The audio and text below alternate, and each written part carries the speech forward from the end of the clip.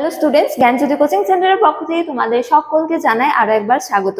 তো স্টুডেন্টস, আজকের ক্লাসে আমরা যে বিষয় নিয়ে আলোচনা করব তা হলো ফরাসি বিপ্লবের রাজনৈতিক কারণগুলি নিয়ে। ঠিক আছে, তো এর আগের ক্লাসে আমরা সামাজিক কারণগুলি নিয়ে আলোচনা করেছি। তোমরা যারা ভিডিওটি দেখোনি তোমরা কিন্তু প্লেলিস্টে গিয়ে ভিডিওটি দেখে নিতে পারো।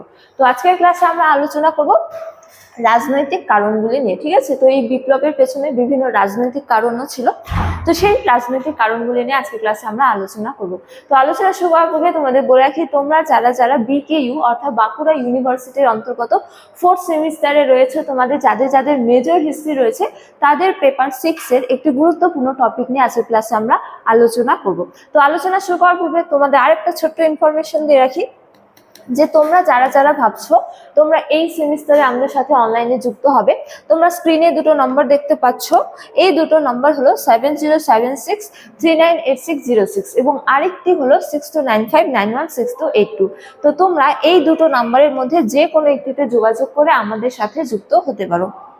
এছাড়া তোমাদেরকে একটু কোর্স ডিটেলসটাও বলে রাখি যে তোমাদের যাদের যাদের মেজর কোর্স রয়েছে তোমাদের জন্য যে কোর্স ফিটা রাখা হয়েছে সেটা রাখা হয়েছে কেবলমাত্র 1199 টাকা। এছাড়া তোমাদের যাদের যাদের মাইনর কোর্স রয়েছে তোমাদের জন্য যে কোর্স ফিটা রাখা হয়েছে সেটা রাখা হয়েছে কেবলমাত্র 699 টাকা।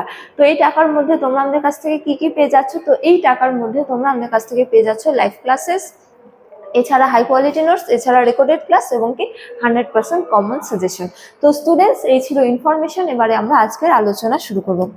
তো আলোচনার বিষয় প্রথমেই বললাম যে ফরাসি বিপ্লবের হচ্ছে যে বিভিন্ন রাজনৈতিক কারণগুলি নিয়ে। ঠিক আছে, তো 1789 সালে ফ্রান্সে এই যে বিপ্লব সংঘটিত হয়েছিল, এই বিপ্লব কি নামে পরিচিত? ফরাসি বিপ্লব নামে পরিচিত।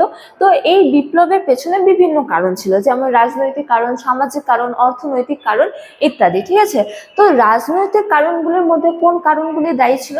তো সেটা নিয়ে বলা যায় যে 1789 খ্রিস্টাব্দে ফরাসি বিপ্লব ছিল মূলত কয়েক শতকের পুঞ্জীভূত ক্ষোভের বহিঃপ্রকাশ। ঠিক আছে, বা বহুদিন ধরে জনগণের মধ্যে পুঁজিভূত ক্ষোভের বহিঃপ্রকাশ ছিল এই বিপ্লব। ঠিক আছে, তো এর পেছনে যে রাজনৈতিক কারণগুলো প্রধান ভূমিকা পালন করেছিল সেগুলি হলো প্রথমতম যে রাজনৈতিক বা বলা যায় যে রাজতন্ত্রের স্বৈরাচারী চরিত্র। ঠিক আছে, তো দেখো এক্ষেত্রে বলা হয়েছে যে তৎকালীন ফ্রান্সের রাজারা দৈব সত্য নীতি প্রচলিত ছিল, বা বলা যায় যে তৎকালীন ফ্রান্সে কি দৈব সত্য নীতি প্রচলিত ছিল, বা রাজারা দৈব সত্য নীতিতে কি করতো? বিশ্বাস করতো। তো রাজা চতুর্দশ লুই বলতেন যে আমি রাষ্ট্র। ঠিক আছে, তো রাজারা নিজেদের ঈশ্বরের প্রতিনিধি বলে মনে করতেন এবং জনগণের কাছে কোনো জবাবদিহি করতেন না। এই অনিয়ন্ত্রিত ক্ষমতা সাধারণ মানুষের মধ্যে তীব্র অসন্তোষ কি করেছিল? তৈরি করেছিল।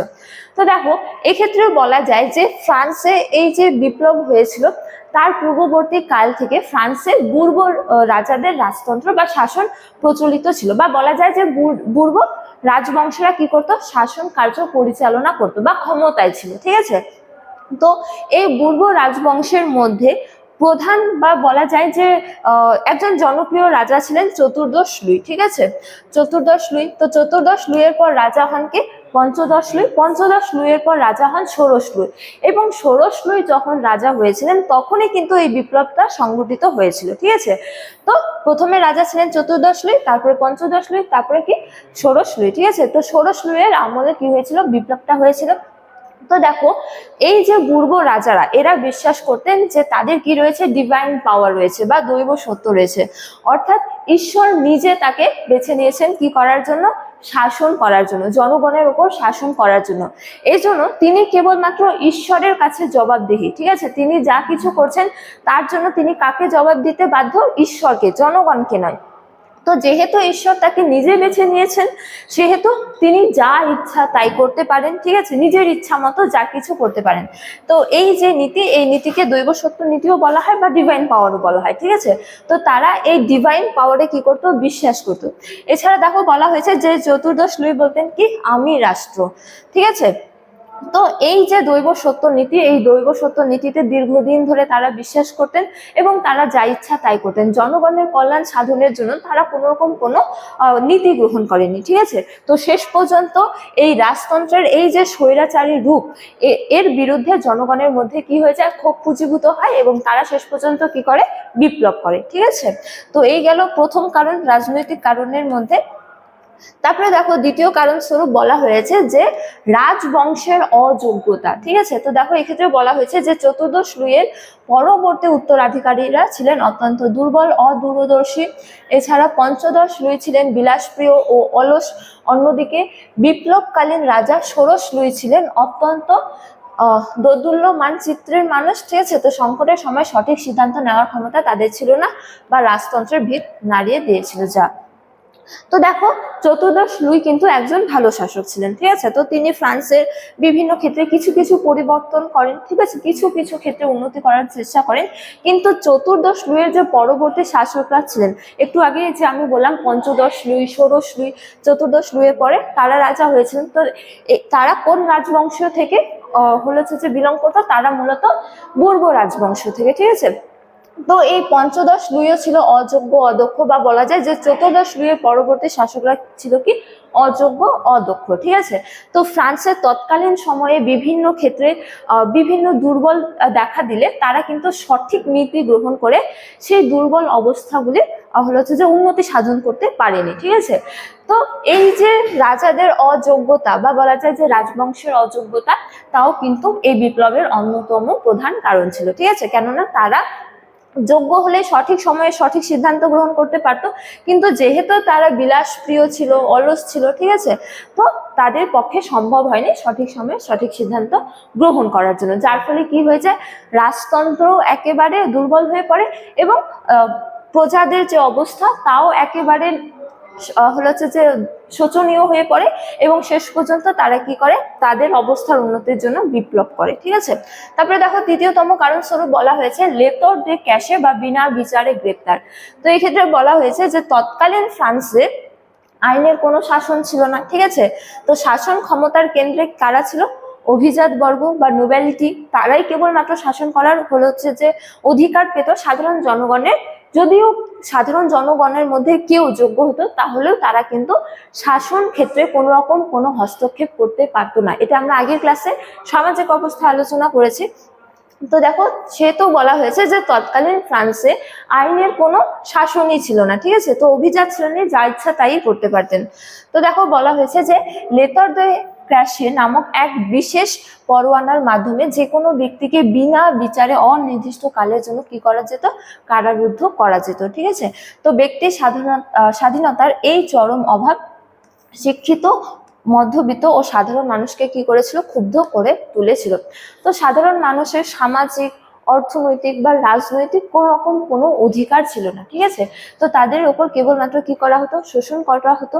তো সাধারণ যে মানুষ, তারা শিক্ষিত হোক, অশিক্ষিত হোক, ধনী হোক, গরিব হোক, তারা কি ছিল, তৃতীয় সম্প্রদায়ভুক্ত ছিল। ঠিক আছে, তো এই তৃতীয় সম্প্রদায়ের উপর কি করতো, অভিজাতরা শাসন করতো।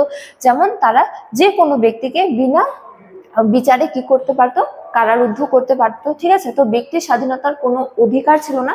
তো শেষ পর্যন্ত জনগণ এই সমস্ত বিষয় সম্পর্কে অবগত হয়, এবং তারা এই রাজতন্ত্রের কি হয়ে ওঠে, বিদ্রোহী হয়ে ওঠে। ঠিক আছে, এবং তারা কি করে, বিদ্রোহ করে। ঠিক আছে, তারপরে দেখো অন্যতম আরো একটি কারণ হিসেবে বলা হয়েছে রানী মেরি আতুয়ানেতের প্রভাব। ঠিক আছে, তো ষোড়শ লুইয়ের অপর বা ষোড়শ লুইয়ের ওপর তার স্ত্রী মেরি আতুয়ানেতের কি ছিল, মাত্রাতিরিক্ত প্রভাব ছিল।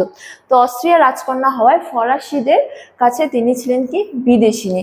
তো রাজকার্যে তার অযাচিত হস্তক্ষেপ এবং বিলাসিতার কারণে রাজকোষ শূন্য হতে থাকে, এবং যা রাজতন্ত্রের কি করে, ভাবমূর্তি নষ্ট করে। তো আমরা ষোড়শ লুই সম্পর্কে জানলাম যে বিপ্লবকালীন সময়ে রাজা কে ছিলেন, ষোড়শ লুই। তো ষোড়শ লুইয়ের পত্নী ছিলেন কে, মেরি বা রানী মেরি আতুয়ানেত। ঠিক আছে, তো তারা দুজনেই ছিল কি, ভোগ বিলাস প্রিয়। ঠিক আছে, বা বলা যায় যে রাজপরিবার বা অভিজাত শ্রেণীরা কি করতো, অভিজাত শ্রেণীদের এই ভোগ বিলাসের জন্য অতিরিক্ত হচ্ছে যে অর্থ অপচয় হতো। ঠিক আছে, যার জন্য রাজকোষ ধীরে ধীরে শূন্য হতে থাকে এই অভিজাত শ্রেণীর ভোগ বিলাসের জন্য। ঠিক আছে, বিশেষত ষোড়শ লুই এবং তার পত্নীর এই বিলাসপ্রিয় জীবন যাপনের জন্য রাজকোষ ধীরে ধীরে শূন্য হতে থাকে। এবং রানী কি ছিলেন, রানী ছিলেন অস্ট্রিয়ার কন্যা। ঠিক আছে, যার জন্য তাকে সাধারণ জনগণ বিদেশি বলেও ব্যাখ্যা করতো, বিদেশিনী বলে। ঠিক আছে, তো তিনি শাসন কার্যে কিন্তু খুব হস্তক্ষেপ করতেন। ঠিক আছে, রাজা ষোড়শ লুই যদি কোনো সিদ্ধান্ত গ্রহণ করতেন তাহলে সেই সিদ্ধান্তে রানী কিন্তু বিপুল পরিমাণে হস্তক্ষেপ করতেন। ঠিক আছে, যেমন রাজা দুজন অর্থমন্ত্রী নিয়োগ করলে তৎকালীন সময়ের ফ্রান্সের যে অর্থনৈতিক অবস্থা, সেই অর্থনৈতিক অবস্থাকে উন্নত করার জন্য তখন সেই দুজন অর্থনীতিবিদ রাজাকে পরামর্শ দেন যে রাজাকে কি করা উচিত, কেবলমাত্র তৃতীয় সম্প্রদায় নয়, প্রথম সম্প্রদায় বা ফার্স্ট স্টেট এবং সেকেন্ড স্টেট থেকেও কি করা উচিত, কর ধার্য করা উচিত, ঠিক আছে, বা কর আরোপ করা উচিত। কিন্তু রানী কি করেন, রানী হচ্ছে যে রাজাকে এই সমস্ত সিদ্ধান্ত গ্রহণ করতে বারণ করে দেয়। ঠিক আছে, যার জন্য কি হয়ে যায়, রানীর এই অযাচিত হস্তক্ষেপ রাজতন্ত্রকে ধীরে ধীরে দুর্বল করতে থাকে। ঠিক আছে, তো এই রানী মেরি আন্তোয়ানেতের প্রভাবও ছিল যথেষ্ট, এই বিদ্রোহের অন্যতম প্রধান কারণ ছিল। ঠিক আছে, তারপরে দেখো বলা হয়েছে প্রশাসনিক দুর্নীতি ও বিশৃঙ্খলা। তো এই ক্ষেত্রে বলা হয়েছে যে ফ্রান্সের শাসন ব্যবস্থা ছিল অত্যন্ত জটিল ও দুর্নীতিগ্রস্ত। তো দেশের বিভিন্ন প্রান্তে ভিন্ন ভিন্ন আইন প্রচলিত ছিল এবং পদস্থ সরকারি কর্মচারী বা ইন্টেন্ডেন্টরা ছিলেন চরম অর্থলোভী ও শোষক। ঠিক আছে, তো এই ত্রুটিপূর্ণ প্রশাসনিক কাঠামো রাষ্ট্রকে দেউলিয়া করে তুলেছিল। তো এই শাসন ব্যবস্থায় কেবলমাত্র নোবেলিটি বা অভিজাত শ্রেণী বা সেকেন্ড স্টেটেরই হচ্ছে যে অধিকার ছিল। ঠিক আছে, তো তারা যথেষ্ট ছিল অর্থলোভী এবং শোষক। ঠিক আছে, তো জনগণের কল্যাণ সাধন বা দেশের কল্যাণ সাধনের জন্য তারা বিশেষ কোনো মনোনিবেশ করতো না। ঠিক আছে, বা তাদের তেমন কোনো ইচ্ছা ছিল না। তো এই দুর্বল প্রশাসনিক কাঠামো কিন্তু রাজনৈতিক ক্ষেত্রে এই বিদ্রোহের অন্যতম প্রধান কারণ ছিল। ঠিক আছে, তো স্টুডেন্টস এই ছিল ফরাসি বিপ্লবের রাজনৈতিক কারণগুলি। ঠিক আছে, যেখানে আমরা কতগুলি কারণ নিয়ে আলোচনা করলাম। তো তোমাদের ভিডিওটি ভালো লেগে থাকলে অবশ্যই ভিডিওটি লাইক করে বন্ধুদের সঙ্গে শেয়ার করো। তো আজকের ক্লাস এতটাই, তোমাদের সাথে দেখা হবে পরবর্তী ক্লাসে। ততক্ষণ তোমরা সকলেই ভালো থাকো, সুস্থ থাকো। Thank you.